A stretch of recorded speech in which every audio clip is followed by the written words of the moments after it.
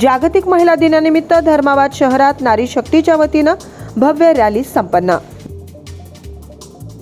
नारी शक्ती धर्माबादच्या वतीनं दिनांक 10 मार्च धर्माबाद शहरात जागतिक महिला दिनानिमित्त महिला व युवतींची भव्य रॅली संपन्न झाली।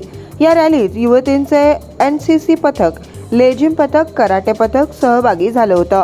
राष्ट्रमाता जिजाऊ माँसाहेब स्त्रियांना प्रथमतः शिक्षण सुरू करणाऱ्या सावित्रीबाई फुले, पुण्यश्लोक अहिल्यादेवी होळकर यांच्या प्रतिमेचं पूजन करून कार्यक्रमास सुरुवात झाली। सहभागी महिला व युवतींना गुलाब पुष्प देऊन सन्मानित करण्यात आलं। या कार्यक्रमासाठी सहभागी झालेल्या महिला व युवतींनी पोलीस ठाण्यापासून ते हुतात्मा पानसरे चौक, नरेंद्र चौक पोलीस ठाणे अशा प्रमुख मार्गावरून ही रॅली काढण्यात आली। यात मशाल हाती घेऊन युवती सहभागी होत्या। सदरील रॅलीत मी सावित्री बोलतेय ही एकांकिका सादर करण्यात आली। क्रीडा कराटे प्रशिक्षण विभागाचे मार्गदर्शन सीताबार सर, कराटे पथक प्रदर्शित विद्यार्थी-विद्यार्थिनींच्या वतीनंही यावेळी करण्यात आलं।